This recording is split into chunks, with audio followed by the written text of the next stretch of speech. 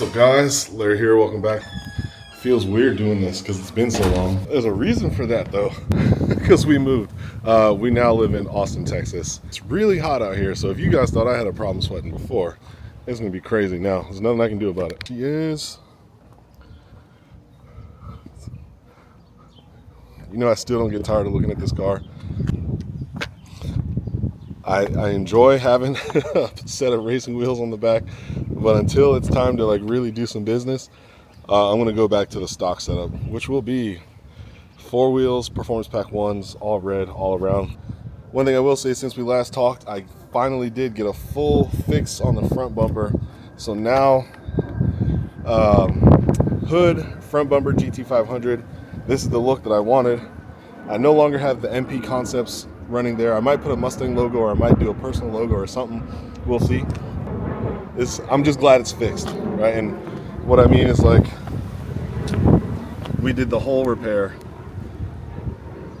So everything is fixed in there. It's no longer lowered. There's this gargantuan amount of space. It's actually great. One of the things I will say, if you get an MP Concepts Mustang GT500 front bumper on your car, and you get all these extra little lips and canards and whatever the hell's, shin spoilers, and even if your car is not lowered, you're gonna have a lot of trouble whenever you go up any kind of like driveway incline. You're gonna scrape, you're gonna scratch, and there's nothing you can do about it. You can try to drive slow and angle, you got to do it every single time. So when my car was lowered, that was the whole reason why the last bumper just got destroyed. Long story short, I found a cool body shop out here in Austin. They were able to do all the work, so I completely replaced the front bumper.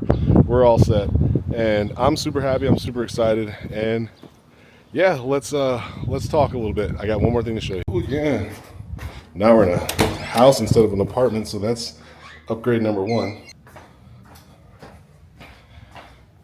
Don't mind the mess. We're still moving in, but oh, this is it. This is what I wanted to show you guys. Obviously now we have a garage. I've negotiated a peace treaty though. So I give her free car washes every week, basically. Hand wash the car front to back. And I get to use the garage space when it's time to do something back here. Oh my God, please just pretend that's not there, but come with me for a second. We're gonna get back into the fitness. This is probably my favorite purchase. Not gonna lie, it was like 300 bucks on Amazon. Anyway, part 2 of the thing I wanted to show you. I still haven't done this mod. So again, I wanted to end the summer with a clean, all red look. So I painted all this myself, and this is all sample. So if this ends up working out, I'm gonna rebuy and redo this. Rebuy, like, I'm not trying to flex, but let's be honest. That piece was like 70 bucks. These lights are the things that were expensive, but they're old lights and nobody likes them. So I'm pretty sure I could probably get another used set for like 300, maybe a brand new set for about 5 or 6, I'm guessing. But if this goes well, I'll spend the money to actually get it done professionally so that it all looks nice on the car. Please excuse the mess. I promise you we're still moving in. This is what I wanted to show you guys. So I've had my Whipple Supercharger Stage 2 kit with me for, Jesus, it feels like I've had it for almost a year, but I feel like it's only been, I don't know, maybe like 9 months. And I was going back and forth on the amount of money it would cost to get somebody to install it. I couldn't do it myself in California because I had no what? Garage. That's not the problem anymore. We got a garage here. So going back to me giving Jenny the free car washes because she's gonna have to have her car outside so that I can have my car inside so that I can do the Whipple Supercharger install myself. Finally do some big work on the car. I've never done a big boy mod like this in my entire life, in my entire career. I've done exhaust, I've done air intakes, I've done a lot of body stuff, don't get me wrong, but this will be the first time that I've actually done forced induction on any project car I've ever owned. And it'll be the first time that I can say I've completed a dream car build, which is all the body work that I wanted and all the performance modifications that I wanted. If we go by the numbers, by the Whipple kit, it's about 825 horsepower available at the crank.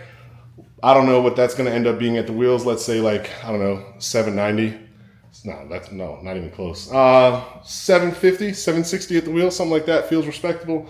Granted, also depending on the tune, depending on what else I do to the car in case I, and I'll just leave it at that. I just wanted to build one full dream car.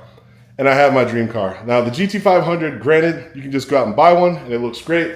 My car is an homage because from the front it has the look, but it's manual and it will have more horsepower than the stock GT500, which I think will be great. And I'm just, more than anything, like no bullshit guys, I'm finally completing a project car. If I go back through my YouTube career, there's been so many car related projects or channels that I've done, so many Mustangs specifically and one Corvette project cars that I've worked on. And I never was able to get to this stage. So I'm just trying to document this last piece because it's so important to me that I finally made it, right? Like it's just a big moment. Ask anybody who builds cars, if they get to the point where it's like the one last thing, and Lord Jesus, please let me make it. I still have a little bit of traveling to do before I come back and finish this build. But you know, if all goes well, if I don't mess up, if I don't drop a 10mm bolt or 10mm socket down into my engine compartment, please, like if everything goes well, it will be the finishing touch, the creme de la creme, the final Larry Charles finish, the full build. It'll be the fastest, most powerful car that I've ever owned. And granted, there are way more faster, more powerful cars, even way more fast and more powerful Mustangs on the internet, on YouTube, wherever.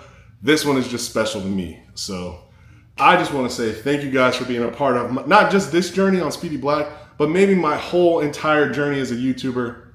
I've done all kinds of channels, and I think the biggest problem, and I'm going to be honest, my biggest problem is two things: ADD and discipline. And I can kind of control one of them, which is the discipline. I can always work on my discipline and like stay on my commitments and like stay in my channels. The ADD part is hard to do. So like my interests kind of come and go, and there's not really a whole lot I can do about that. That's just a chemical thing. But to be this close, I'm not going to let the ADD part win. I've already spent the money. I've already got the car. I've got the garage. Like if you can't win now, it was just never meant to happen. There might only be one, maybe two more. Okay, actually, let me take that back. There's definitely one more video to do the body panel work that I want to do with the lights and the rear deck lid. I don't know how many videos it's going to take me to install the supercharger. Let's assume if I work Saturday and Sunday every week for a month, I believe I should get it done so long as I have all the stuff, right? Like if it was a professional who had done this many times, they could probably knock it out in 2 days. I'm going to be reading the manual, I'm going to be referring to the manual, and I'm going to be slowly doing every single step trying to get it right. I'll probably even do a little bit of documentation there because in case anyone else wants to think about doing it by themselves, maybe they can refer to my video series and it'll kind of help them through. And if I do a major mistake, at least you'll know what not to do. I don't know. I'm super excited. The only reason why I'm not doing a whole lot of car stuff today is I have a family reunion back in Virginia, funny enough, where all this started, and I fly out tomorrow, and I promised that I would be back to the weekly uploads, and I've even had, I forget the name just offhand, someone checked in and just asked like, hey, are we going to get more weekly uploads? And I was like, yeah, I feel like I'm there. Here's why. I work for myself. I started my own video game development company in January. It's very small. This is not a flex. It's very small. And I don't have income from that company yet. I am spending from my savings and spending from just money that I had available, trying to build up to something, right? So like, it'll still be a while before this company even shows any fruit.